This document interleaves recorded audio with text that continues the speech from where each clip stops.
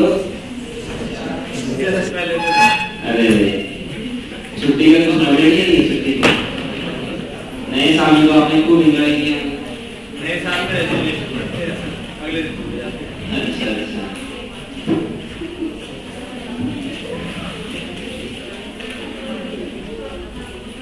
एक क्वेश्चन के साथ स्टार्ट कर लेते हैं।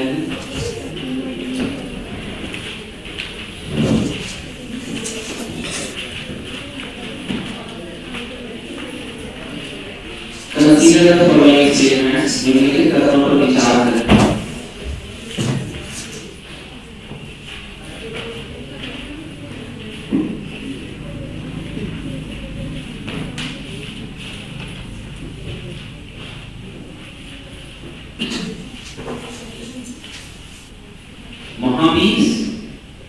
Mahavir's mother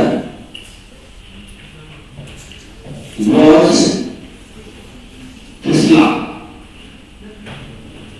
Mahavir's mother was Trisla. First statement है महावीर की माता का नाम त्रिशला है।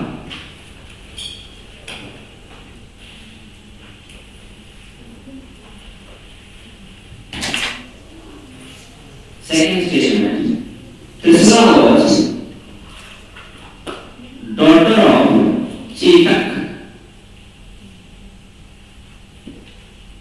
Trisla चेतक की पुत्री थी।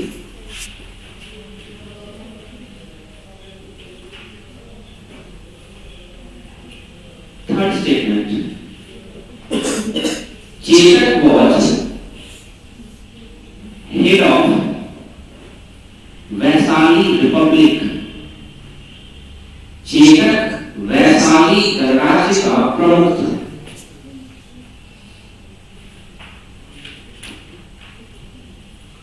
चेतक वैशाली गणराज्य का प्रमुख था या लिच्छवी गणराज्य कर सकते हो, head of Licchavi republic. Choose correct statement, सत्य कथन का चयन करें।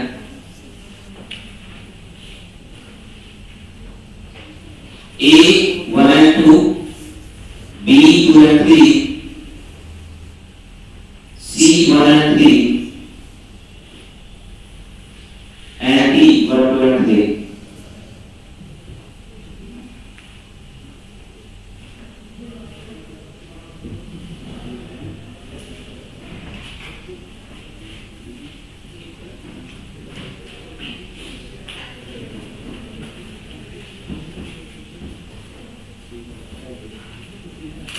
कर लिया ऑल टाइम कर लिया।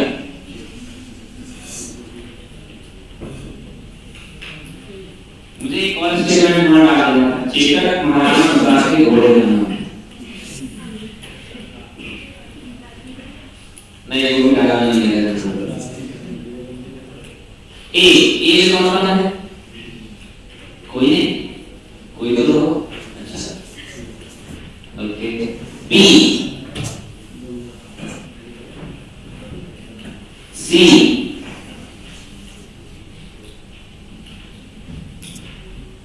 डी।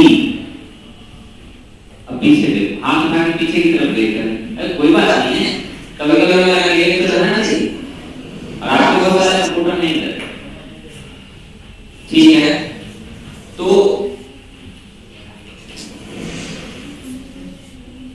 महावीर की मदर का नाम त्रिशला था। ये सही है। त्रिशला चेतक की सिस्टर, त्रिशला जो थी वो चेतक की सिस्टर थी और जो चेतक हैं वो लिच्छवी के हेड थे। ये भी सही है। दूसरा स्टेटमेंट रॉन्ग है, बाकी 1 और 3 राइट है।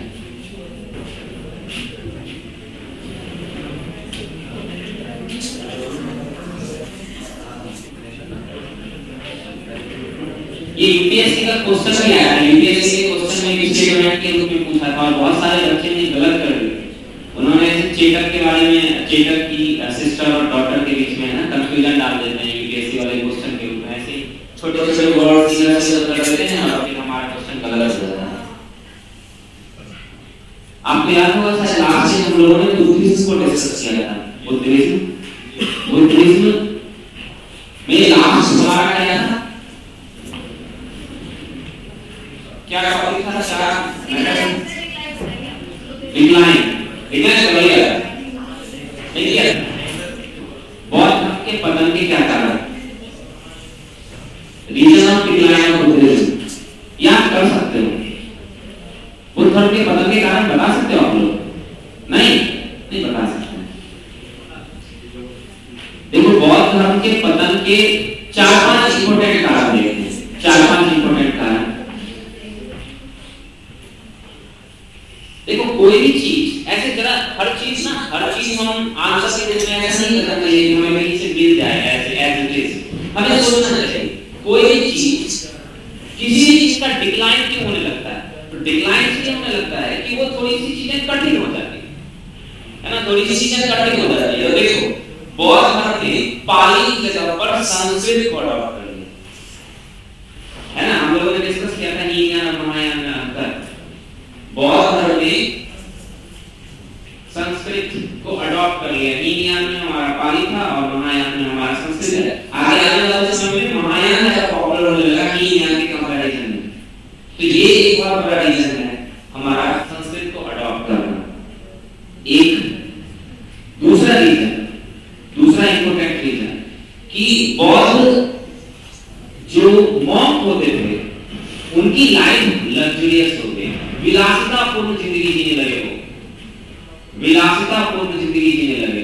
जैसे वो डोनेशन के रूप में पैसे लेने लगे, है ना। मतलब बुद्ध ने क्या कहा और उन्होंने आगे क्या करना स्टार्ट कर दिया, ये बहुत इंपॉर्टेंट है।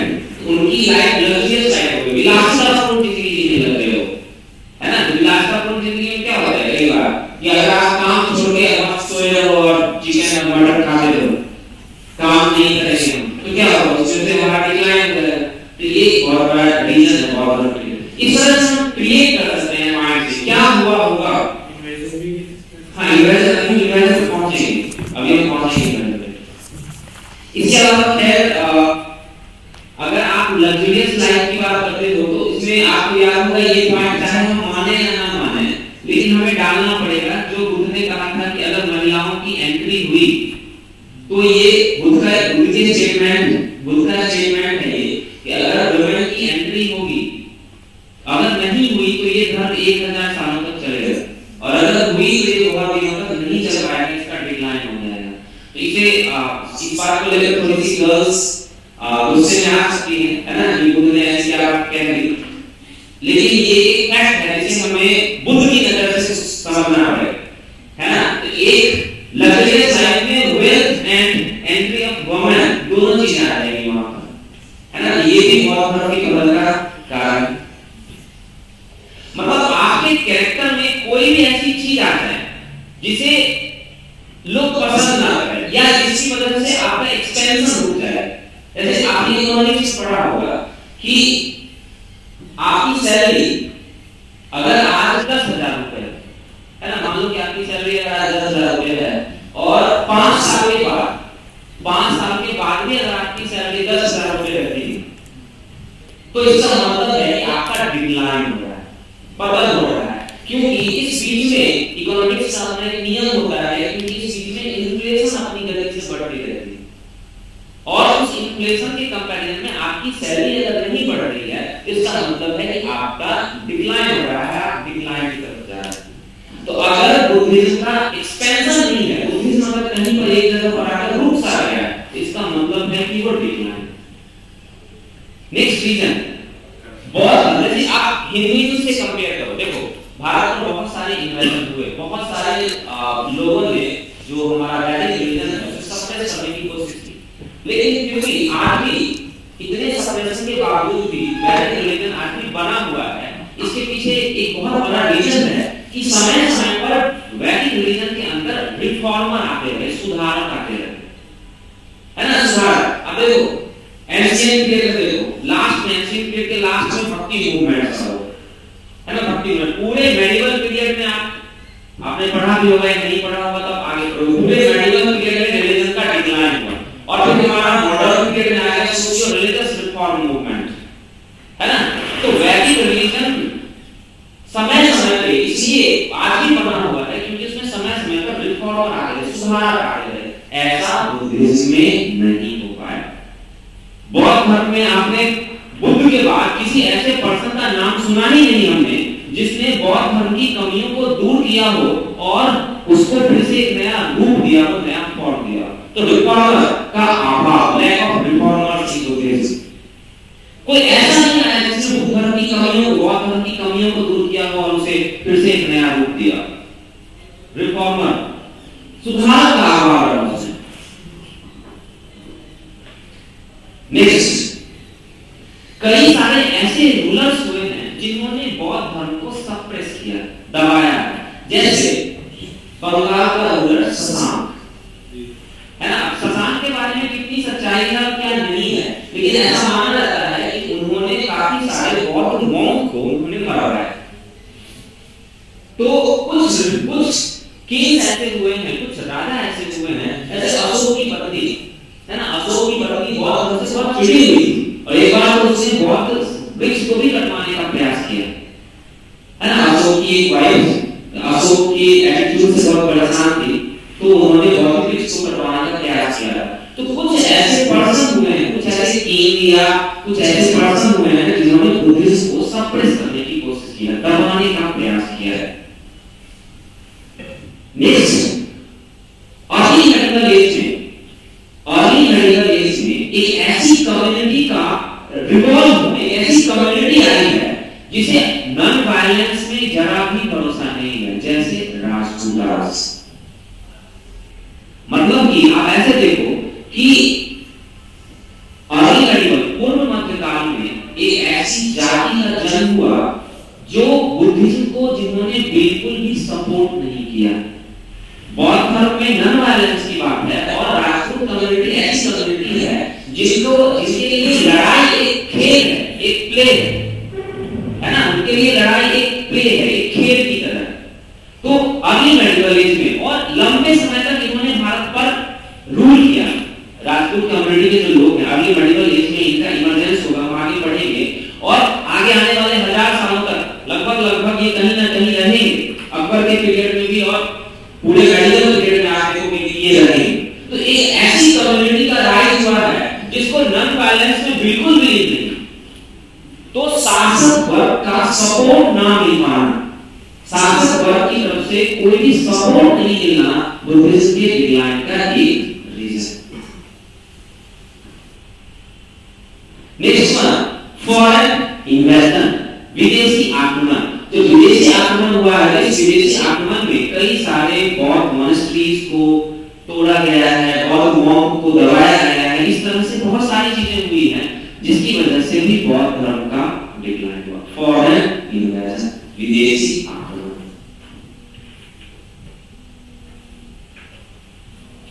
ये कई सारे रीजन हो सकते हैं बुद्धिज्म के डिक्लाइन के लिए। ठीक है, थोड़ा आया तो ठीक है ना। अच्छा, एक दो चीजें मैं आपको खुद से करने का प्रयास करो, है ना। इन सारी चीजों को हम डिस्कस अगर आप करेंगे तो ठीक है, नहीं तो हम डिस्कस कर लेंगे किसी दिन। कुछ क्योंकि ये हमारा रिलीजन है, जो हमारा आर्ट एंड कल्चर का पार्ट है, मेंस का भी पार्ट है, जैसे कुछ ऐसे टॉपिक्स आ जाते हैं एग्जाम में। जैसे एक टॉपिक है जो आपको खुद सोचना है, स्टडी करनी है उसकी, कि भारत में बुद्धिज्म का डिक्लाइन हो गया, बट भारत के पहला टॉपिक ये कि भारत से बाहर बुद्धिज्म का एक्सपेंशन क्यों हुआ। पहला टॉपिक, भारत से बाहर के देशों में बुद्धिज्म के एक्सपेंशन के क्या कारण है। और दूसरा टॉपिक कि भारत में बुद्धिज्म का डिक्लाइन हो गया बट भारत से बाहर बुद्धिज्म अभी भी है, इसके पीछे क्या रीजन। ये दो कॉन्सेप्ट मैं आपको दे रहा हूं पढ़ने के लिए। पहला, भारत से बाहर बुद्धिज्म का एक्सपेंशन हुआ, क्यों। इंडिया से बाहर बुद्धिज्म का एक्सपेंशन हुआ है, उसके पीछे क्या फैक्टर्स रिस्पांसिबल फैक्टर्स। दूसरा, भारत में बुद्धिज्म का डिक्लाइन हुआ बट उन कंट्रीज में जहां पर बुद्धिज्म पहुंचा भारत से वहां आज भी बुद्धिज्म है। फॉरेन कंट्रीज में बुद्धिज्म का एग्जिस्टेंस अभी भी है, भारत में उसका डिक्लाइन हो चुका है। व्हाई? क्यों? पढ़ो, ढूंढ के एक बार पढ़ के देखो, है ना। ये बहुत ये कॉन्सेप्ट है, सारे कॉन्सेप्ट हैं जो आपके मेंस के लिए इंपॉर्टेंट है। प्री मेंस से क्वेश्चन नहीं बनते, लेकिन मेंस में इससे क्वेश्चन बनते हैं, या इंटरव्यू में आपसे क्वेश्चन पूछा जाता है। भारत में आपको बुद्धिज्म नहीं है, बहुत कम है ना। माइनॉरिटी में पाए जाते हैं बुद्धिज्म के फॉलोअर्स जो हैं। क्यों? कि पूरी तरह से क्यों खत्म क्यों हो गया भारत के अंदर? कई सारे रीजन हैं, बाद में तो बिल्कुल। एक और रीजन बौद्ध धर्म के डिक्लाइन के पीछे एक और रीजन बहुत इंपॉर्टेंट है जो आप वहां पर लिख सकते हो, वो है रिवाइवल ऑफ वैदिक रिलीजन, वैदिक धर्म का पुनरुत्थान। लेकिन वैदिक रिलीजन ने क्या किया? अपनी कमियों को दूर कर दिया, है ना। एक्चुअली लोग क्या है, किसी तरह से बहुत दुखी है, तो जब बहुत दुखी है किसी तरह से तो दूसरी तरह जा रहे हैं। अब क्या है कि जिस वजह से हम दुखी हैं उन चीजों को हम ठीक कर रहे हैं। वैदिक रिलीजन की जो प्रॉब्लम थी, वैदिक रिलीजन की एक प्रॉब्लम थी कि बहुत सारे लोगों को वो एक्सेप्ट नहीं, समाज को उन्होंने 4 पार्ट में डिवाइड कर रखा है, जिसमें से कुछ लोगों को उन्होंने बिल्कुल ही तरह से अलग कर दिया है। तो आप देखोगे कि वैदिक एज में, अब वैदिक रिलीजन में आप देखोगे कि गुप्ता एज में आकर उन्होंने जो बुक्स लिखी, जैसे कि महाभारत कंपाइल किया, रामायण को कंपाइल किया, उन्होंने पुराणास को कंपाइल किया। इससे क्या हुआ? उन्होंने समाज के सभी वर्गों को ये सब पढ़ने की और सुनने की परमिशन दे दी, है ना। पढ़ने और सुनने की परमिशन दे दी, तो इससे क्या हुआ? लोग इसी तरफ अट्रैक्ट हुए। दूसरी चीज, एक और चीज बहुत इंपॉर्टेंट है वैदिक रिलीजन में, कि उन्होंने एक नया कॉन्सेप्ट दिया, जैसे इनकार्नेशन का कॉन्सेप्ट, अवतार। समझ रहे हैं आप इन चीजों को? मतलब ऐसा है कि मान लो कि आप किसी से दुखी हो, है ना, दुखी हो तो आप दूसरे तरफ जाओगे, कहीं और जाओगे। इंसान एक ऐसा जानवर है जो हमेशा खुश रहना चाहता है ना। हम सब एक ऐसे जानवर हैं जिसको चाहे हम कितने भी दूसरों को दुखी करते हैं, लेकिन हम चाहेंगे हम खुश रहें। तो अगर हम किसी के साथ खुश नहीं है तो हम दूसरों के साथ चलते हैं जो हमें खुश रखा। ये हमारी कैरेक्टरिस्टिक्स है, हमारी विशेषता है। तो हम वैदिक रिलीजन से दुखी थे तो हमने कुछ और दूसरा ढाल ढूंढा, लेकिन अचानक हमें पता चला कि अब ये भी ठीक है ना, ये इसके अंदर भी सारी चीजें ठीक है। जब सारी चीजें ठीक है तो लोग क्या, जो बाहर की तरफ जा रहे थे वो वापस लौटकर इनर की तरफ आने लगे। तो हमने वैदिक रिलीजन ने क्या किया? अपने आप को सही किया, करेक्शन किया, जिसे हम कहते हैं रिवाइवल ऑफ वैदिक रिलीजन। वैदिक रिलीजन का पुनरुदय हो रहा है, और पुनरुदय में क्या किया? अपनी कमियों को दूर किया। अपनी कमियां क्या दूर की? तो कमियां ये थी, संस्कृति को छोड़ नहीं सकते, और जो कमियां थी उनको दूर किया उन्होंने। जैसे क्या किया उन्होंने कि सारे लोगों को उन्होंने कहा ठीक है, आप भी भगवत गीता, रामायण, महाभारत ये सब आप भी पढ़ सकते हो। पहले पढ़ने का राइट नहीं था, इससे क्या हुआ? लोगों को लगा कि हाँ ठीक है, अब हम भी पढ़ सकते हैं। दूसरी चीज कि इन्होंने कहा कि मोक्ष सभी, है ना, सभी लोग मोक्ष पा सकते हैं। तो हमें लगा क्यों जाए बुद्धिज्म की तरफ मोक्ष पाने, बुद्धिज्म की तरफ अट्रैक्ट क्यों हो? इस तरह से हमने क्या किया? एक और कॉन्सेप्ट दिया, अवतार। अवतार का कॉन्सेप्ट पता है क्या? अवतार का इंकार्नेशन का कॉन्सेप्ट ये है कि आप अगर बहुत दुखी हो तो आपके दुखों को दूर करने के लिए भगवान का अवतार हो, है ना। इसे कहते हैं इंकार्नेशन कॉन्सेप्ट ले लिया। आप देखो, बहुत जब दुनिया बहुत परेशान है तो भगवान का एक अवतार हो, है ना। भगवत गीता में लिखा है, लिखा हुआ है संस्कृत की लाइन, है ना, जब भी भारत में धर्म का पतन होगा मैं अवतार लूंगा। तो अवतार जो आ रहा है वो क्या कर रहा है? आपके दुखों को खत्म कर रहा है। देखो, एक दुखों को खत्म बुद्ध ने किया। बुद्ध ने क्या कहा? हम सब दुखी हैं, दुखों का सलूशन क्या है हमारे पास? बुद्ध ने यही तो कहा, आप सब बहुत दुखी हो तो आप दुख से कैसे अलग होगे? तो आप हमारे पास आ जाओ, हमारे धर्म को फॉलो करो, आप दुख से फ्री हो जाओगे।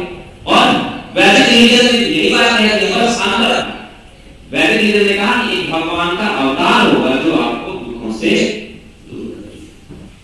तो वो सारी प्रॉब्लम्स जिसकी वजह से वैदिक रिलीजन का डिक्लाइन हुआ था, उन्होंने अपने अंदर सुधार किया, रिफॉर्म किया, और वैदिक रिलीजन का रिवाइवल हुआ। ये भी एक बहुत बड़ा रीजन है बुद्धिज्म के डिक्लाइन के लिए, ठीक है। ओके, बौद्ध धर्म का डिक्लाइन क्यों हुआ? इससे पीछे 5 से 7 कारण हैं जो आपने लिखा है। दूसरा टॉपिक था कि डिक्लाइन हो गया, लेकिन विदेशों में बुद्धिज्म अभी भी है। क्यों? और तीसरा टॉपिक हमारा है कि भारत से बाहर की कंट्रीज में बुद्धिज्म का क्यों एक्सपेंशन हुआ, कैसे एक्सपेंशन। चले आगे। नेक्स्ट टॉपिक है हमारा जैनिज्म।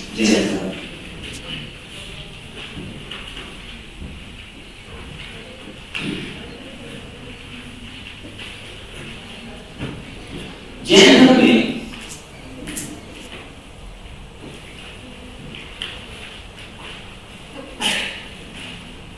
एक कॉन्सेप्ट है, पहला कॉन्सेप्ट है तीर्थंकरास, है ना।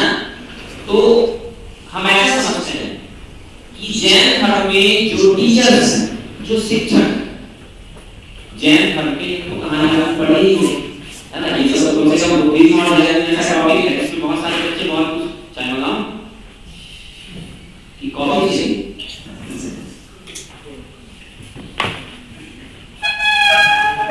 बुद्धिज्म और जैनिज्म जैसे सब्जेक्ट है, खासकर धर्म से रिलेटेड जो सब्जेक्ट होता है, उसमें मैक्सिमम बच्चे सब विद्वान है ना। तो थोड़ा सा बुद्धिज्म और जैनिज्म तो आपने पढ़े रखा होगा। तो एक कॉन्सेप्ट है तीर्थंकर। जैन धर्म में कितने तीर्थंकर है? 24 तीर्थंकर। पता है ये सब? पहले तीर्थंकर कौन है? ऋषभदेव। और 23वें कौन? अरे वाह।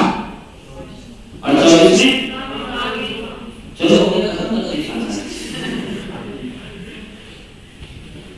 अच्छा, तीर्थंकर सिंपल जैन धर्म में टीचर है ना, टीचर है, लेकिन उन्हें भगवान का श्रद्धा है ना। वो टीचर है जिन्हें भगवान का श्रद्धा। 24 तीर्थंकर का कॉन्सेप्ट है, लेकिन प्रॉब्लम ये है कि इसमें से हमने एक बार डिस्कस किया था कि हम उसी चीज को सही मानते हैं जो जिसका हमारे पास थोड़ा बहुत आर्कियोलॉजिकल एविडेंस है, ज्यादा साक्ष्य हो, क्योंकि लिटरेरी एविडेंस को ज्यादा इंपॉर्टेंस नहीं देते हैं। तो जैन धर्म में ये जो 24 तीर्थंकर का कॉन्सेप्ट है, उसमें सारे तीर्थंकर का हमारे पास आर्कियोलॉजिकल एविडेंस नहीं है ना।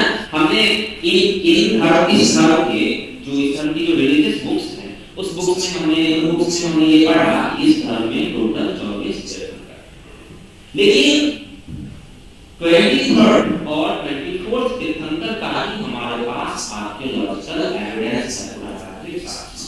बाकी सबका नहीं है हमारे पास पुरातात्विक साक्ष्य। लेकिन इसका मतलब हम ये नहीं है कि मना कर रहे हैं वो है ही नहीं। हम दो चीजें देखते हैं। एक तो आपने से देखा है जब मैं रामायण महाभारत या वैदिक रीजन पढ़ रहा होता हूं, तो वैदिक रीजन पढ़ रहा हूं, तो ऐसा बच्चे बहुत कंफ्यूज हो जाते हैं, पूछते हैं महाभारत कब होगा, रामायण कब होगा, है ना।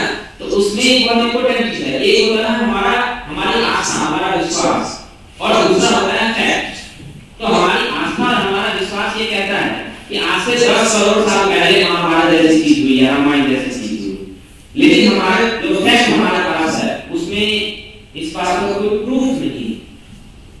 तो अगर हम हिस्ट्री पढ़ रहे हैं, हमारे लिए लिटरेरी और आर्कियोलॉजिकल, लिखित और पुरातात्विक दोनों साक्ष्यों को हम मिला कर देखते हैं, लेकिन हम ज्यादा महत्व पुरातात्विक साक्ष्य को दे रहे हैं। हिस्ट्री पुरातात्विक साक्ष्य में रामायण और महाभारत का अभी तक कोई कॉन्सेप्ट हमारे पास नहीं है। जो चीज हमारे विश्वास में है, उस चीज का हमारे पास कोई साक्ष्य नहीं। विश्वास अलग चीज है, साक्ष्य अलग चीज। उसी तरह जैन धर्म में 24 तीर्थंकर का जो कॉन्सेप्ट है वो क्या है? लिखित साक्ष्य है, लिटरेरी एविडेंस है, लेकिन हमारे पास आर्कियोलॉजिकल एविडेंस में सिर्फ और सिर्फ पार्श्वनाथ और महावीर का। ठीक है। अब पार्श्वनाथ के बारे में भी हमारे पास ज्यादा इंफॉर्मेशन नहीं। वो बनारस के राजा, काशी के राजा अशोकसेन के पुत्र थे, है ना। बनारस के राजा, काशी के राजा अशोकसेन के पुत्र थे, और थोड़ी बहुत बातें उनके बारे में है इंपॉर्टेंट, इतना हमारे पास है। लेकिन जो सबसे ज्यादा इंफॉर्मेशन हमारे पास है वो है महावीर से।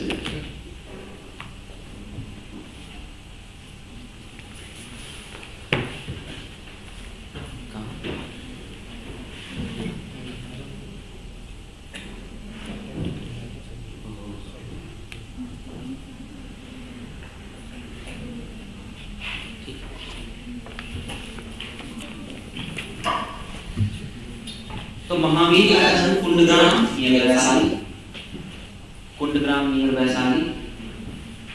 पिता का नाम सिद्धार्थ, माता का नाम त्रिशला। कुंडग्राम नियर वैशाली, सिद्धार्थ और त्रिशला। जो त्रिशला की हमारी वो आपने अभी हम लोगों ने डिस्कस किया, चेतक की सिस्टर है वो।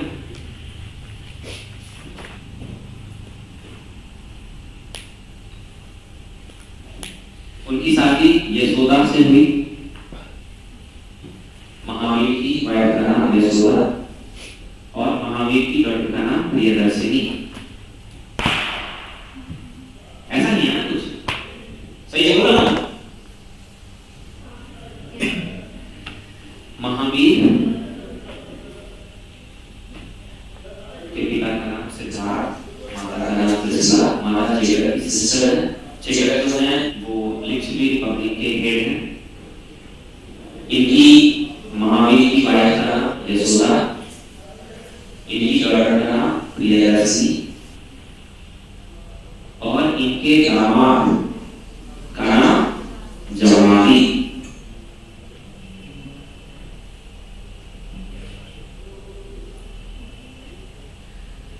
थर्टी ईयर की एज में उन्होंने अपना घर छोड़ दिया। Age of 30।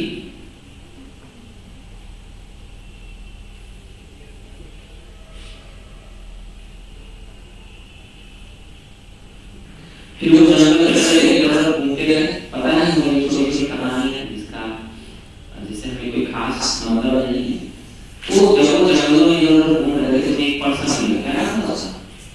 मखली पुत्र गोसाल। लिख लो मखली पुत्र गोसाल। एक बार बोल दो, ठीक है। MAKHALIPUTRA,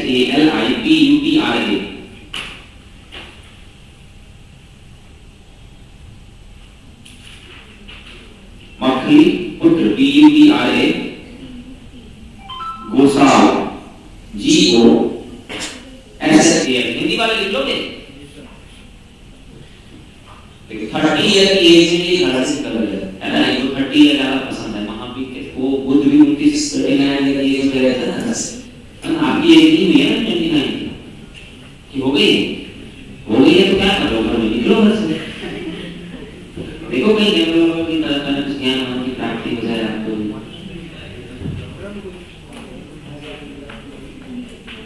तो 30 ईयर की एज में वो घर से चले गए एंड फिर वो जंगलों में इधर भटकते रहे, जहां पर उन्हें वो व्यक्ति मिले मखली पुत्र गोसाल। मखली पुत्र गोसाल कुछ दिन तक इनके साथ रहे। फिर उन्होंने एक अपनी अलग कम्युनिटी स्टैब्लिश करी। क्या नाम था उसका? मखली पुत्र गोसाल ने एक अलग संप्रदाय, अलग सेक्ट डेवलप किया, आजीवक सेक्ट। आजीवक मखली पुत्र गोसाल ने एक अलग सेक्ट। कुछ दिन दोनों साथ रहे, फिर ऊपर आए ना दोस्ती नहीं चल रहा है ना, दोनों अपने अलग अलग रास्ते पे निकल गए और फिर उन्होंने आजीवक सेक्ट।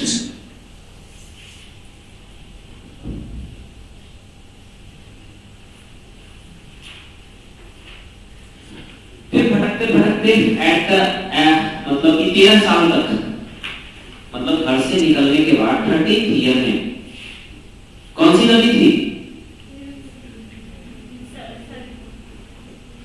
कौन सी रिवर थी? ऋजुपालिका रिवर। निरंजन उनका ऋजुपालिका रिवर, ऋजुपालिका रिवर। और विलेज कौन सा है? जाम्बिका विलेज। जाम्बिका विलेज। और ट्री कौन सी है? साल ट्री।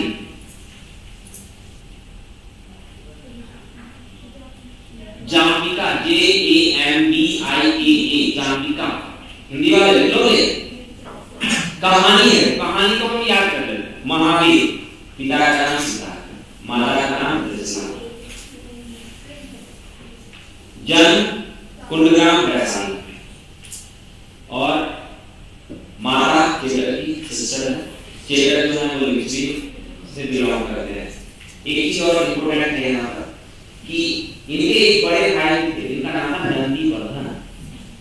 महावीर के एक और एल्डर ब्रदर जिनका नाम था नंदीवर्धन। नंदीवर्धन बहुत इंपॉर्टेंट है।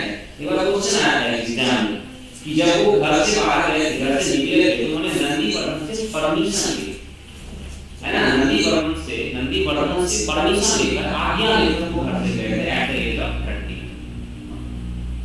तो उनकी शादी हो गई है, तो यशोदा, है ना, एक डिस्प्यूट है आगे श्रीराम और दिगंबर के बीच। एक का कहना है कि शादी हुई, एक का कहना है कि शादी नहीं हुई। जब आगे बढ़े श्रीराम और दिगंबर, तो वो घर से सब बड़ी, हाँ जी आपसे कहना चाहे हम आज बच्चों को नींद आ रही है, घर से 4-5 बजे के बाद आप नहीं सुस्ती ज्यादा है, कुछ सुस्ती ज्यादा दिख रही है लोग आप लोगों के अंदर ना बड़े शांत है, नींद में ऐसे 3-4 घंटे घर पे ना इस टाइम सोने का टाइम होता है, तो आज घर से बाहर बहुत दिनों के बाद निकलना पड़ा, तो उसी मोड में आ गए, नींद वाले मोड में, पूरा जितना रूम खुल सकता है उतना खोल के, है लिमिटेशन से ज्यादा मूड।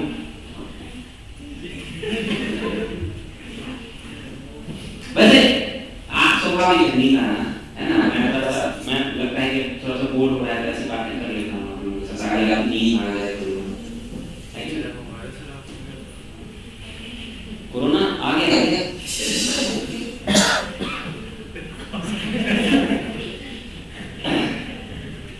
कोरोना वैसे आ चुका है ना भारत में, कभी भी क्लास बंद हो सकती है।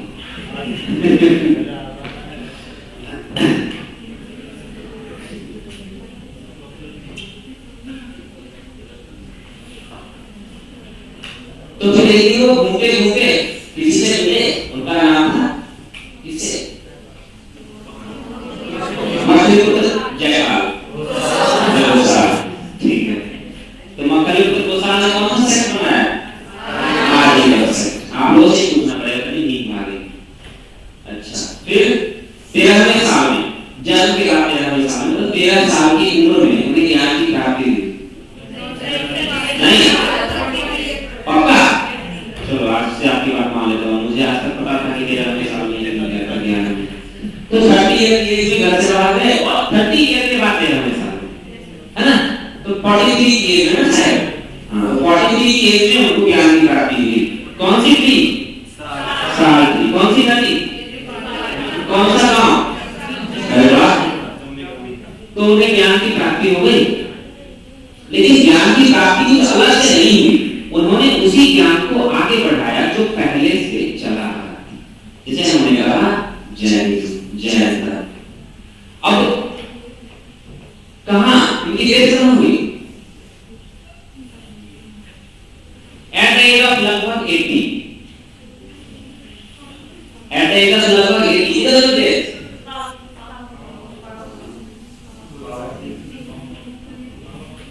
बुद्ध की कहां हुई थी?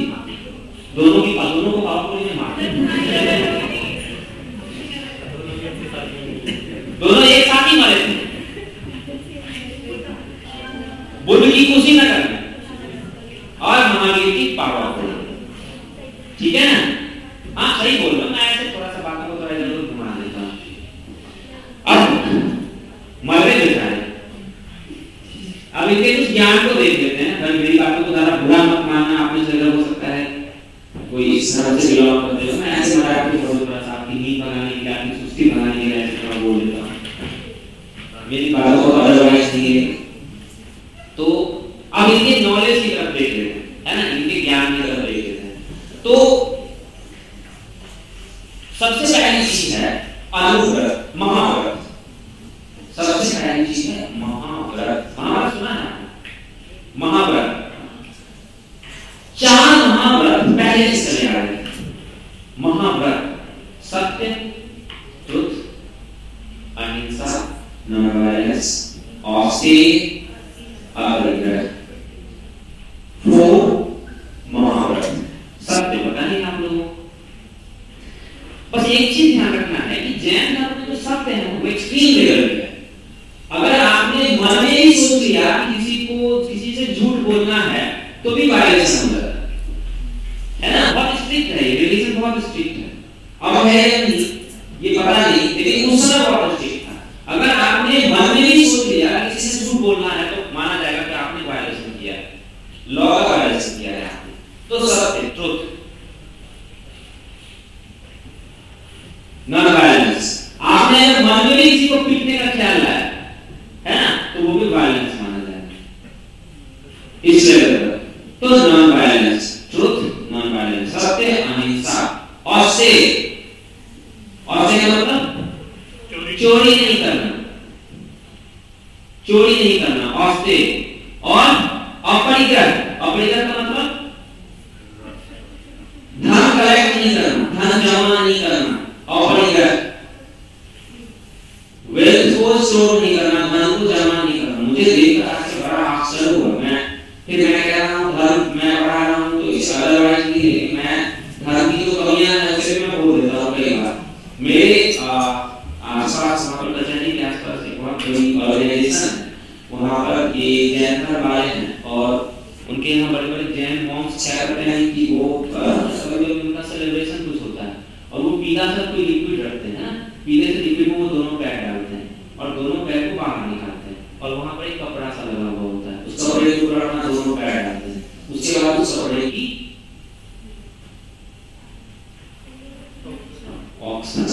करोड़ों रुपए है ना। तो ये रीजन होगा, मैं ये कह रहा हूं, ये रीजन होगा इनके डिक्लाइन कि एक तरफ वो बात कर रहे हैं अपरिग्रह, वेल्थ कलेक्ट नहीं करना है, वेल्थ जमा नहीं करना है, और समय के साथ अपरिग्रह हमारा चेंज हो रहा है ना। तो ये चार चीजें जैन धर्म में पहले से चली आ गई थी। महावीर ने जैसे नई पांचवी चीज को ऐड किया, जिसे क्या कहते हैं, ब्रह्मचर्य। ये पांच हैं पंच महाव्रत और जैनिज्म, जैन धर्म के पंच महाव्रत, पांच महाव्रत, सत्य, अहिंसा, औस्ते, अपरिग्रह एंड ब्रह्मचर्य। अगर आप एक ब्रह्मचर्य को देख लो है ना, तो बाकी चार चीजों का यही एक सॉल्यूशन है, ब्रह्मचर्य है ना। बाकी चार चीजें साइड, जो ब्रह्मचर्य है, जो ब्रह्मचर्य ऐड किया है, उसे बाकी चार से मतलब ही नहीं है, सारी चीजें इसी में मिल जाती है ब्रह्मचर्य। तो ये पंच महाव्रत है। अब देखो कि जैन धर्म के जो फॉलोअर होंगे वो दो तरह के होंगे, एक तो कंप्लीट मॉन्क होंगे, साधु होंगे, और दूसरे ऐसे होंगे जो गृहस्थ लाइफ, दो तरह के फॉलोअर होते हैं है ना, एक तो मॉन्क और दूसरे जो गृहस्थ लाइफ जीते हैं। तो जो गृहस्थ लाइफ जीते हैं वो पंच महाव्रत को फॉलो नहीं कर सकते, समझ रहे ना। ये जो पंच महाव्रत है इनको सिर्फ मॉन्क फॉलो कर सकते हैं, साधु जो होते हैं वही फॉलो कर सकते हैं। जो गृहस्थ लाइफ जी रहे हैं वो इनको फॉलो नहीं कर सकते हैं, उन्हें थोड़ा सा धन जमा करना पड़ेगा, थोड़ा सा अगर बीमारी वाली होती है इलाज भी करना पड़ेगा, उस समय में ऐसे मान लेके जाएंगे कटोरा ले दे दो है ना, ऐसा नहीं कर सकते। इनको गृहस्थ लाइफ जो जी रहे हैं उनको थोड़ा सा थोड़ी सी लिबर्टी दी गई, पंच महाव्रत में उनको थोड़ी सी छूट दी गई है, स्वतंत्रता दी गई है, लिबर्टी दी गई है, उसे कहते हैं अनुव्रत है ना। तो महाव्रत फॉर मॉन्क एंड अनुव्रत फॉर गृहस्थ पीपल, जो गृहस्थ जीवन जीते हैं उनके लिए अनुव्रत। अनुव्रत क्या है, महाव्रत की जो स्ट्रिक्टनेस है उसमें थोड़ी सी लिबर्टी दी गई है, थोड़ी सी स्वतंत्रता दी गई वैसे लोगों को जो गृहस्थ लाइफ जीते हैं। तो ये महाव्रत और अनुव्रत। नेक्स्ट वन है जैन धर्म के त्रिरत्न, three gems of Jainism, Jain धर्म के त्रिरत्न, सम्यक श्रद्धा, सम्यक श्रद्धा, सम्यक आचरण और सम्यक ज्ञान। सम्यक श्रद्धा, सम्यक आचरण और सम्यक ज्ञान। सम्यक श्रद्धा मतलब कि जैन धर्म में सही तरीके से आपकी श्रद्धा होनी चाहिए, राइट फेथ, से इंग्लिश में हम राइट फेथ भी कहते हैं। आपका जैन धर्म में और जैन धर्मों में या जैन की जो फिलॉसफी है, जैन के जो दर्शन है, उसमें आपका विश्वास होना चाहिए। ठीक है, तो एक श्रद्धा, श्रद्धा का बोलो, एक श्रद्धा शक्ति का बोलो, श्रद्धा यहाँ पर उस श्रद्धा की बात नहीं कर रहे हैं। श्रद्धा की शादी हुई है किसी से तो हम चेंज कर देंगे ना फिर उसकी श्रद्धा। अभी तो सच्ची करोड़ की श्रद्धा है, तो यहाँ श्रद्धा थोड़ी दूसरी। यहाँ मतलब जैन गुरुओं में, जैन मॉन्क्स में, जैन फिलॉसफी में विश्वास हमारा, इसे हम कहते हैं श्रद्धा। दूसरा है सम्यक आचरण। आचरण का मतलब गुड कंडक्ट, अच्छा आचरण करना। आचरण तो आपको पता ही, सम्यक श्रद्धा, सम्यक आचरण और सम्यक ज्ञान। ज्ञान बहुत इंपॉर्टेंट है। इसमें जैन धर्म में ज्ञान बहुत महत्वपूर्ण है।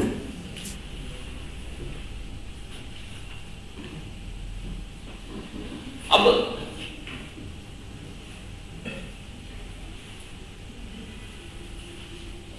जैन धर्म में कहा गया है कि ज्ञान आप 5 तरीके से हासिल कर सकते हैं, है ना। ज्ञान, ये ज्ञान जैसे जरूरी है कि पढ़ के ही ज्ञान हासिल किया जाए। कुछ ज्ञान हम सेंसेस से करते हैं ना, जो हमारी इंद्रियां होती हैं, इंद्रियों से हम ज्ञान लेते हैं, है ना। देखकर, सुनकर, सूंघकर ऐसे हम ज्ञान लेते हैं। तो जैन धर्म में कहा गया है कि 5 तरीके से आप ज्ञान ले सकते हो। इसे हम लिख लेते हैं। Jain believes in knowledge of 5 types, 5 तरह के ज्ञान। Jains believe in knowledge of 5 types. पहला है मति, M-E-T-I, मति। आपने एक मुहावरा सुना है, इसकी मति मारी गई। मतलब क्या होता है? बुद्धि। बुद्धि कैसे डेवलप होती है?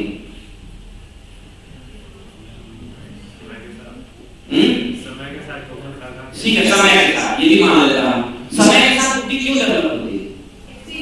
एक्सपीरियंस कहाँ से लेते हैं? सेंसेस। आप समय के साथ चीजों को अपने अनुभव करते हो, उनसे आप एक्सपीरियंस लेते हो और फिर आपकी बुद्धि डेवलप होती है और फिर आपकी मति मानी जाती है ना। तो क्या हो गया हमारी मति का मतलब क्या हो गया? नॉलेज ऑब्टेन्ड थ्रू इंद्रियास, सेंसेस, इंद्रियों से प्राप्त ज्ञान।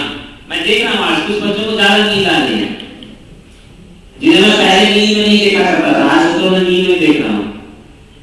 नाम नहीं बताऊंगा क्योंकि मुझे पता नहीं।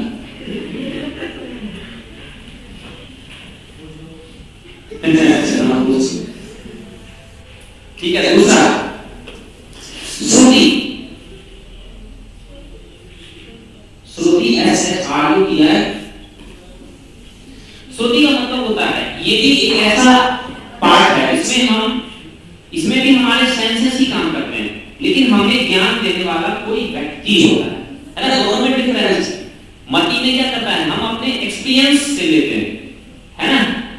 और इसमें क्या है कि हमें ज्ञान देने वाला कोई व्यक्ति होता है जिसकी बातों को हम सुनते हैं। और वो कौन हो सकता है? जैन मॉन्क्स, जैन गुरु या तीर्थंकराज, है ना। तो लिखते हैं हम नॉलेज ऑब्टेन्ड थ्रू हियरिंग, सुनकर प्राप्त किया गया ज्ञान। ज्ञान क्या है? ये दो ही लोग सिर्फ बता सकते हैं, महावीर और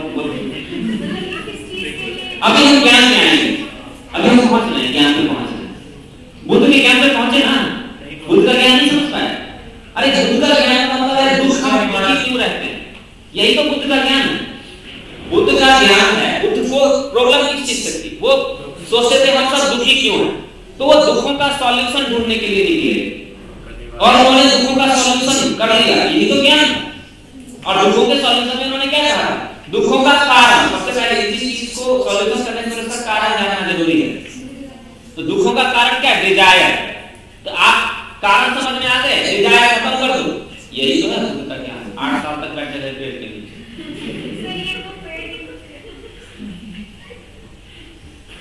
8 साल तक कितने देर तक बैठे रहते थे? इतने कुछ 7-8 साल तक बैठे। 6 चलो 6 मान लेता हूं। 6 साल तक पेड़ 6 साल पेड़ के नीचे बैठे थे ना, घूमते थे आगे बढ़ रहे।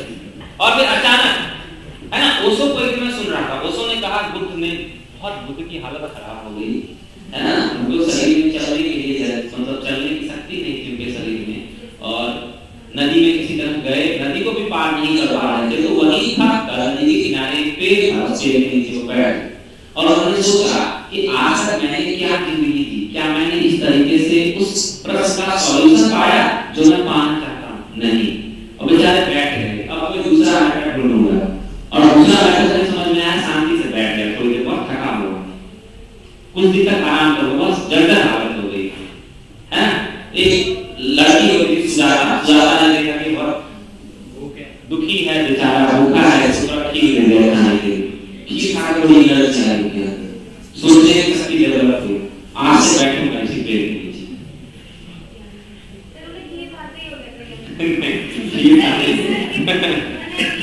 खीर खाते ही क्या कैसे हो जाएगा, ये सोचने की बात है ना। ये तो बड़ी अच्छी बात है। खीर में कौन सा जादू है भाई? ज्ञान जो होता है ना, वो आपको बाद में बहुत सारी चीजें डेवलप हुई। ज्ञान आपको भी आ सकता है, मेडिटेशन में बैठ कर ये हो सकता है। तो ज्ञान, उनका ज्ञान अलग है, इनका ज्ञान, लेकिन उस समय जो भी लोग हैं उनका देखो, उनका पर्पस क्या है? उनका पर्पस है वैलिड रिलीजन को सप्रेस करके एक अलग आइडियोलॉजी डेवलप करना, और कुछ भी नहीं। क्योंकि वो देख रहे हैं कि अभी हमने डिस्कस किया ना, उन्होंने वैलिड रिलीजन को चैलेंज किया था कि आप ही नया धर्म बना सकते हो क्या? मैं भी बना सकता हूं, है ना? कहानी बिल्कुल अलग है, लेकिन कहानी को उन्होंने एक जगह फोकस कर दिया, और वो फोकस वाला पार्ट क्या है? दुख। उन्होंने जो दुख हमें तब दिया था, वो आज तक हमें परेशान कर रहा है। पढ़ना पड़ रहा है ना ये सब चीजों को, बेकार की चीजों को पढ़ना पड़ रहा है। अबे हम ना दुखी बने, मैं तो ना, है ना? बेकार के दुखों के पीछे भागे जा रहे हैं हम लोग। तो जो भी है, ये पढ़ने की बात है, ज्ञान की बात है ना। ज्ञान क्या है ये इतनी आसानी से एक्सप्लेन नहीं किया जा सकता। बुद्ध का ज्ञान क्या था ये हम लोगों ने देख लिया, इतना ही। मुझे जो बात समझ में आई, मुझे एक टीचर कैसे सिखाते थे, ज्योग्राफी पढ़ाते थे, मैंने एक क्वेश्चन पूछा, वो मॉनसून पढ़ा रहे थे, मैंने एक क्वेश्चन पूछ दिया, है ना? उन्होंने कहा आपको पीएचडी करनी है, मैंने कहा नहीं। आपको एग्जाम क्वालिफाई करना है, मैंने कहा हां, उतना नहीं पढ़ा, है ना? तो ज्ञान क्या है, बुद्ध का ज्ञान क्या है, इतना ही हमें पता है, उससे ज्यादा मैं खुद ही नहीं जानता हूं उन्होंने बैठ के क्या सोचा। और महावीर का ज्ञान क्या है? तो महावीर का ज्ञान कुछ नहीं है, आप दुखी हो, दुखी होने से बचना है अगर आपको, तो ये सारे काम कर लो, खत्म, बस यही है। अभी हम डिस्कस करेंगे कुछ चीजों को और भी थोड़ा बहुत। तो ज्ञान का मतलब यहां पर है, जैन धर्म में एक बहुत अजीब चीज है। जैन धर्म का मानना है, आगे जैन धर्म की कुछ फिलॉसफी को और पढ़ेंगे यहां पर। उस फिलॉसफी का मतलब है जैसे स्यादवाद, है ना? आगे है स्यादवाद और अनेकांतवाद, सर्वलेखन। तो इसमें क्या है कि इनका मानना है, जैन धर्म वालों का मानना है कि पूरी दुनिया में अगर कहीं कुछ ज्ञान है तो ज्ञान क्या है? तो वो सिर्फ तीर्थंकरों के थॉट्स हैं, तीर्थंकरों के वचन हैं, बाकी सारे लोग नारायण हैं। तीर्थंकरों के जो विचार हैं, तीर्थंकरों के जो वचन हैं, वही ज्ञान है, वास्तव में वही ज्ञान है। बस तो थोड़ा बहुत लिख लेते हैं। वैसे धर्म के मामले में बड़ा डिस्प्यूटेड हो जाता है, हमारा डिस्कशन जो होता है। तो पहला मति, दूसरा श्रुति, तीसरा अवधि, ये WA दिया जाए।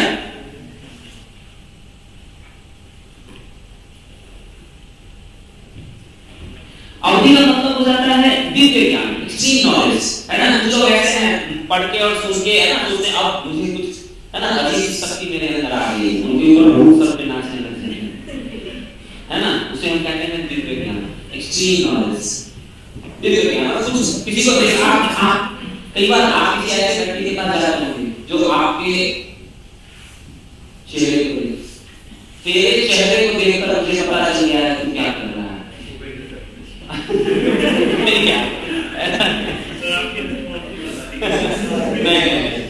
मैं बहुत सारे लोग ऐसे बातें में बैठे होते हैं ना, पेपर वोपर लेकर, बहुत सारे छोटे भी होते हैं ना जो पर्ची निकाल के आपका फ्यूचर बता देते हैं, है ना? फोटो में इतनी पावर आ रही है, तो वो दिव्य ज्ञान, आजकल फोटो के बाद दिव्य ज्ञान, तो दिव्य ज्ञान। नेक्स्ट वन हमारे पास है मन पर्याय। मन पर्याय, MENPRAYAY। मन पर्याय से ज्ञान, दूसरों के मन की बात जान लेना।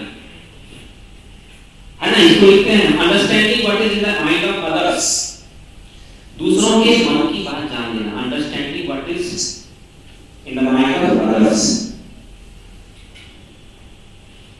और लास्ट है हमारा कैवल्य, कैवल्य हाईएस्ट नॉलेज, जो एक सबसे ऊपर कैवल्य, कैवल्य K-E-V-A-L-Y, K-E-V-A-L-Y, कैवल्य।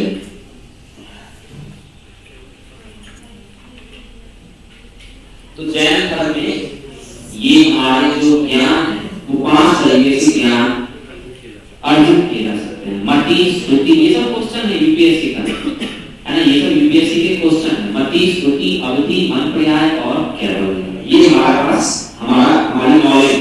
नेक्स्ट वन है सर, ये जो ज्ञान है, ये फिलॉसफी हमें एथिक्स में पढ़नी है, तो हमें इसमें डीपली पढ़ना पड़ेगा। हाँ, थोड़ा बहुत आपको पढ़ना पड़ेगा, थोड़ा बहुत, है ना, उतना नहीं जितना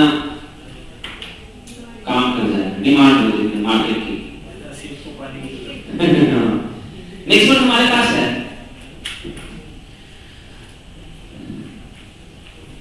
जैन फिजिक्स में कुछ और चीजें हैं, जैसे कि वही उस समय का जो डिस्प्यूट था, भगवान है या नहीं, है ना, भगवान है या नहीं, ये तीनों को हम एक साथ देख लेते हैं, वैदिक, बुद्धिज्म और जैनिज्म। वैदिक रिलीजन में भगवान है ना, भगवान है, इस दुनिया का को क्रिएट किया है उन्होंने, भगवान है। अकॉर्डिंग टू वैदिक रिलीजन भगवान का अस्तित्व है, एग्जिस्टेंस है, वही दुनिया के क्रिएटर हैं, वही डिस्ट्रॉयर हैं और वही मेंटेन करते हैं भगवान। बुद्धिज्म के अकॉर्डिंग भगवान का कॉन्सेप्ट नहीं। तो दुनिया कैसे बनी? दुनिया नेचुरल लॉ से दुनिया का प्रोसेस हुआ, बिग बैंग। ये बुद्धिज्म नहीं कहा, ध्यान रखना, मैंने ऐसे ही बोल दिया। नेचुरल नियम, प्राकृतिक नियमों से इस यूनिवर्स का फॉर्मेशन हुआ। जैन धर्म में भगवान है, गॉड का एग्जिस्टेंस है, लेकिन उनका स्टेटस तीर्थंकर से लोअर है, नीचे का है ना। वैदिक में भगवान है, बुद्धिज्म में भगवान नहीं है, जैन धर्म में भगवान है, लेकिन उनका स्टेटस तीर्थंकर से नीचे का। सेकंड, सोल, आत्मा। वैदिक रिलीजन में पता है हमें सोल है,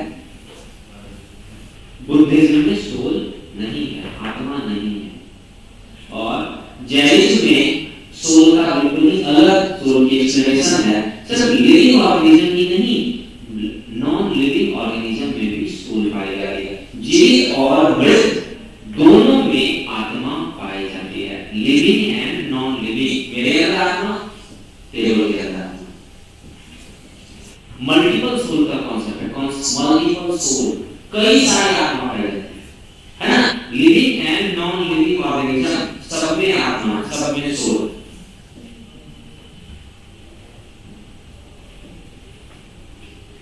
और तीसरा है कर्म एंड रिबर्थ, कर्म और पुनर्जन्म। तो कर्म और पुनर्जन्म का कॉन्सेप्ट तीनों में जैसे, कर्म और पुनर्जन्म, कर्म एंड रिबर्थ। वैदिक रिलीजन में भी कर्म एंड रिबर्थ, बुद्धिज्म में भी कर्म एंड रिबर्थ है, जैनिज्म में भी कर्म एंड रिबर्थ।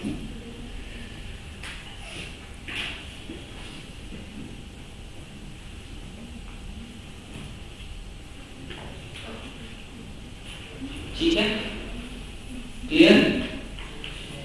तीन उस समय डिस्कस के 3 पॉइंट थे, भगवान, सोल एंड कर्म एंड रिबर्थ।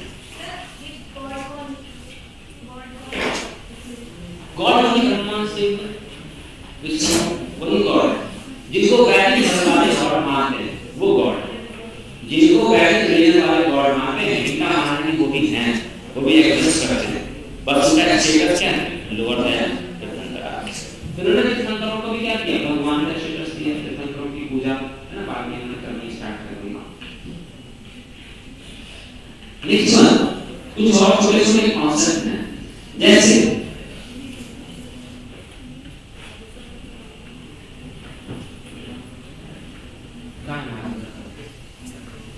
मार्कर है,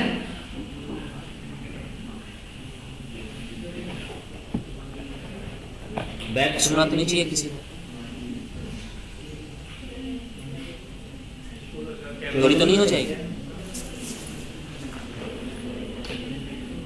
देखो एक कॉन्सेप्ट है यहाँ पर समवर, SAMWAR, समवर।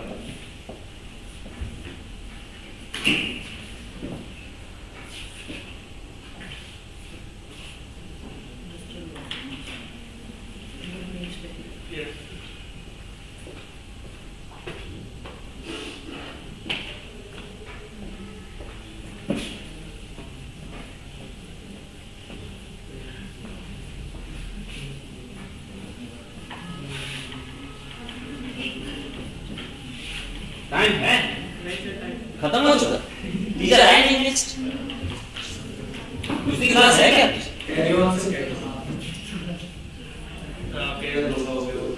हाँ हो सकता है। अब देखो कि आप कि ये मान लो मैं अपना नाम लेता हूँ, ये मैं, ठीक है? तो मेरे अंदर एक आत्मा हो गई है ना, आत्मा को हम ऐसे बनाते हैं। फिजिक्स का एक कॉन्सेप्ट फंडामेंटल पार्टिकल्स है ना, आप में से साइंस के अगर आपने पढ़ी होगी या बचपन में आपने पढ़ी होगी 9th 10th 11th क्लास में, फंडामेंटल पार्टिकल्स होते हैं। नई डिस्कवरी के अकॉर्डिंग दुनिया में हर चीज एनर्जी से बनी हुई है और एनर्जी वाइब्रेट करती है ना, वाइब्रेट करती है और वाइब्रेट करके वो अलग अलग रूप में आ जाती है। वाइब्रेट करके टेबल बन जाता है और वाइब्रेट करके हम बन जाते हैं, है ना, हम सब एनर्जी से बने हुए हैं। तो ये एनर्जी ऐसे वाइब्रेट कर रही है, मान लेते हैं ये सोल है ना। अब हम कुछ कर्म करते हैं, कर्म क्या है ये अदरवाइज नहीं लेंगे, है ना। ये कर्म क्या है, हम कांड करते हैं, ठीक है, हाँ। तो हमने कुछ कांड किया और वो अकॉर्डिंग टू नेचर, प्रकृति के अनुसार गलत है ना। तो गलत होने से क्या होता है कि धीरे धीरे उसका प्रभाव हमारी आत्मा पर पड़ता है, हमारे सोल पे पड़ता है, हमारे कर्म का प्रभाव हमारी आत्मा पर पड़ता है। और हमारी आत्मा, जैसे सिगरेट पीने वालों की स्टडी हुई जो बहुत चेन सुगर है ना, जो दिन भर में 10-20 डब्बे है ना, लंच ब्रेक और इस सब में रात भर दिन भर, कुछ बच्चे ऐसे हमारे साथ पढ़ने वाले होते थे दिल्ली में, रात भर सिगरेट खींचते रहते है ना। क्यों पीता है इतना? अरे यार नींद भगाने के लिए सिगरेट पीता है ना, मतलब अपनी नींद के साथ साथ किसी नींद भगा दी। तो हमारे कांड की वजह से हमारी आत्मा गंदी हो जाती है ना। अब गंदी हो जाती है तो हमें बहुत सारा दुख होता है। अब उस दुख से बचने के लिए सर 2 मिनट में छोड़ देते है ना, इन सारे दुखों से बचने के लिए हम क्या करते हैं, जाते हैं जैन धर्म की शरण में। जब जैन धर्म की शरण में हम चले जाते हैं तो वही पंच महाव्रत और अनुव्रत इनको फॉलो करते हैं और जैन तीर्थंकर की बातों को सुनते हैं, है ना। तो इन सब चीजों को करने से क्या होता है, इन सब चीजों को फॉलो करने से क्या होता है कि जो हमारा कांड है वो कांड हमारा कर्म में कन्वर्ट हो जाता है। मतलब पहले जो हम तरह तरह के कांड करते थे, अब वो कांड ना होकर कर्म है। क्यों? क्योंकि वो कर्म हम जैन थॉट्स के अकॉर्डिंग कर रहे हैं। तो क्या होता है, ये जो कांड का जो बहाव हमारी सोल की तरफ था वो अब क्या होता है, बंद हो जाता है ना। हमारे जो बुरे कर्मों का जो फ्लो है, बहाव है आत्मा की तरफ, वो बहाव अब बंद हो जाता है। इस कॉन्सेप्ट को हम कहते हैं संवर। जब हमारे कर्म, बैड कर्म का फ्लो आत्मा की तरफ, सोल की तरफ रुक जाए तो हम उसे कहते हैं संवर।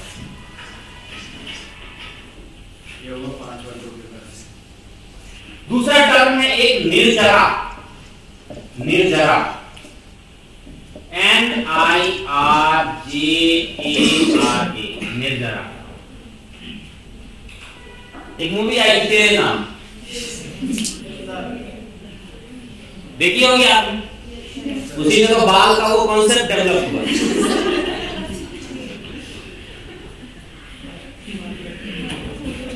ये नाम हमने वही इसी मूवी से लिया। हाँ ठीक है। अब क्या है देखो कि आपका ये जो बुरे कर्म का जो फ्लो है आत्मा की तरफ वो तो रुक गया है, ये रुक गया है यहाँ पर, ये चीज बंद हो गई है ना, ये चीज बंद हो गई। अब हम जैन धर्म के अकॉर्डिंग जी रहे हैं, लेकिन ये फ्लो बंद हो जाने से हमारी जो आत्मा पहले से जो डर्टी थी वो तो खत्म नहीं हुई है।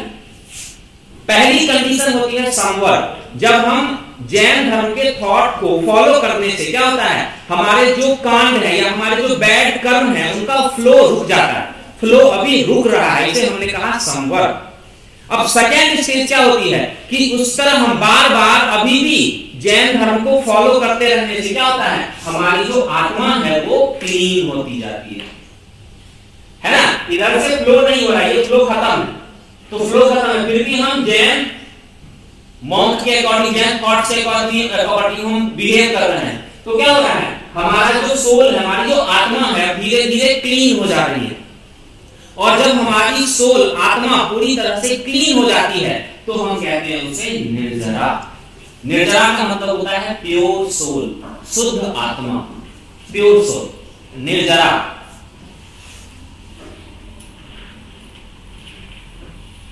और नेक्स्ट जो कॉन्सेप्ट है उसे हम कहते हैं संलेखन।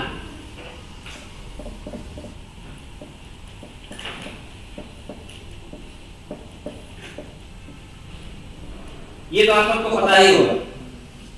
संलेखन का मतलब होता है fast until death. Fast until death Jain धर्म में एक कॉन्सेप्ट है कि मरने से पहले अगर आपको इन दुखों से छुटकारा पाना है तो आपको भूखे रहकर मरना पड़ेगा, है ना। भूखे रहकर मरने से क्या होता है, आपकी आत्मा जो सोल होती है अकॉर्डिंग टू जैनिज्म, आपकी जो सोल होती है, आत्मा होती है, वो बिल्कुल ही प्योर हो जाती है, बिल्कुल ही शुद्ध हो जाती है। और फिर जब आपकी डेथ होती है तो आपको क्या होता है, कर्म एंड रिवॉर्ड के साइकिल से आप फ्री हो जाते हो, है ना। तो अगर आप इस तरह से संलेखन फास्ट अंटिल डेथ, मृत्यु तक, जब तक आपकी मृत्यु नहीं हो जाती, आपको मरने का मन है, ऐसा माना जाता है कि कई सारे लोगों ने इसको, जैसे कि चंद्रगुप्त मौर्य के बारे में कहा जाता है कि वो भद्रबाहु के साथ साउथ इंडिया चले गए और इसी प्रोसेस से उन्होंने अपनी डेथ करवाई, इसी प्रोसेस से उन्होंने अपनी डेथ करवाई, संलेखन प्रोसेस। ठीक है, कुछ थोड़ा बहुत समझ में आया होगा।